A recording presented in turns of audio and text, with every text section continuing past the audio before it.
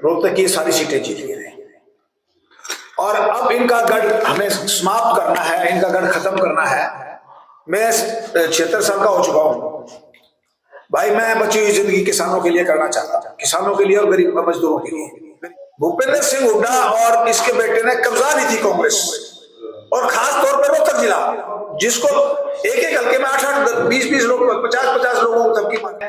हरियाणा के भूतपूर्व मुख्यमंत्री भूपेंद्र सिंह हुड्डा के गढ़ में गढ़ी सांपला कलोई, जो पिछले करीब 25-30 साल से वो कांग्रेस के पार्टी के पास है, इस परिवार के पास है।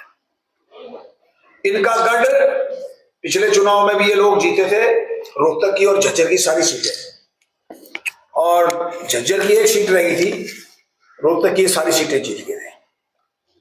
और अब इनका गढ़ हमें समाप्त करना है, इनका गढ़ खत्म करना है, क्योंकि जिस प्रकार से इन्होंने पिछले चुनाव में, विधानसभा के चुनाव में जिस प्रकार से इन्होंने जो कुछ किया, लोग कह रहे हैं, मैं अपनी नहीं कह रहा, लोग कह रहे हैं कि इन्होंने गद्दारी की है, किसानों के साथ गद्दारी की है, किसानों की तो लड़ाई करवा दी, आप बीजेपी की गोद में बैठ गए। तो इस तरह की बातें किसान कह रहे हैं, मैं नहीं कह रहा, किसी किसान से बात करके देखो। तो मैंने ये निर्णय लिया है कि मैं 16 तारीख को मैं एक अभियान शुरू कर रहा हूं किसानों का, किसान पंचायत कर रहा हूं मकड़ौली कला गांव में, बस अड्डे पे।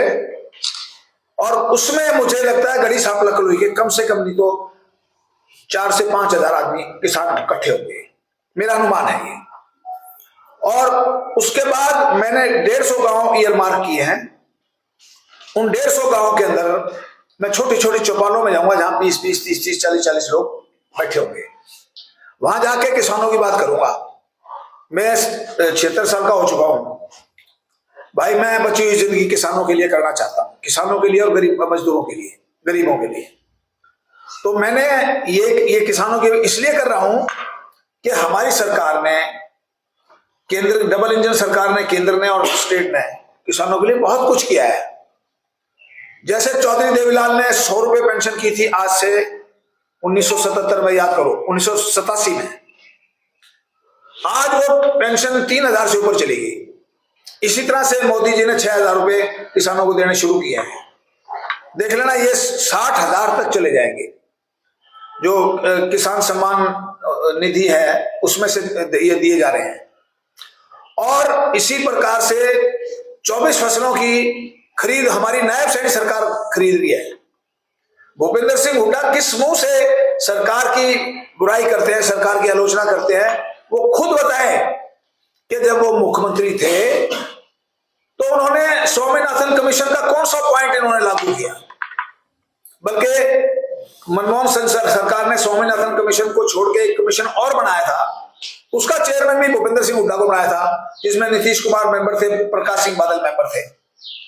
उसकी जो बातें हुई वो भी सरकार, कांग्रेस सरकार लागू नहीं कर पाई।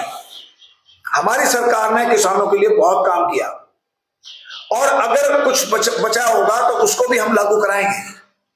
हम किसानों के पास इसलिए जा रहे हैं कि उनकी समस्याओं को सुनेंगे, हम उनके घर में जाके सुनेंगे, और घर में जाके सुन के जो मेरे से हरियाणा सरकार से जो हो पाएगा वो भी भारत सरकार से मैं अपने मेंबर पार्लियामेंट के थ्रू मोदी जी को भी पहुंचाऊंगा। ये काम मैं इसलिए कर रहा हूं कि भूपेंद्र सिंह हुड्डा और इसके बेटे ने कब्जा ली थी कांग्रेस, और खास तौर पर रोहतक जिला, ये जिसको चाहते थे उसको टिकट देते थे, जिसको चाहते टिकट। सैकड़ों लोग, सैकड़ों नेता भूपेंद्र सिंह हुड्डा की वजह से कांग्रेस छोड़ के चले गए। और भाई बाप बेटे का घमंड तो सातवें आसमान पे था। बाप बेटे ने तो कमाल कर दिया कि जिस प्रकार से इन्होंने पिछले चुनाव में भी, और जिसको एक एक हल्के में 8-8 20-20 लोग 50-50 लोगों को धमकी मारा है। अब विधानसभा चुनाव और सब लोगों ने विरोध किया, एक को टिकट मिली, बाकी ने सब विरोध किया।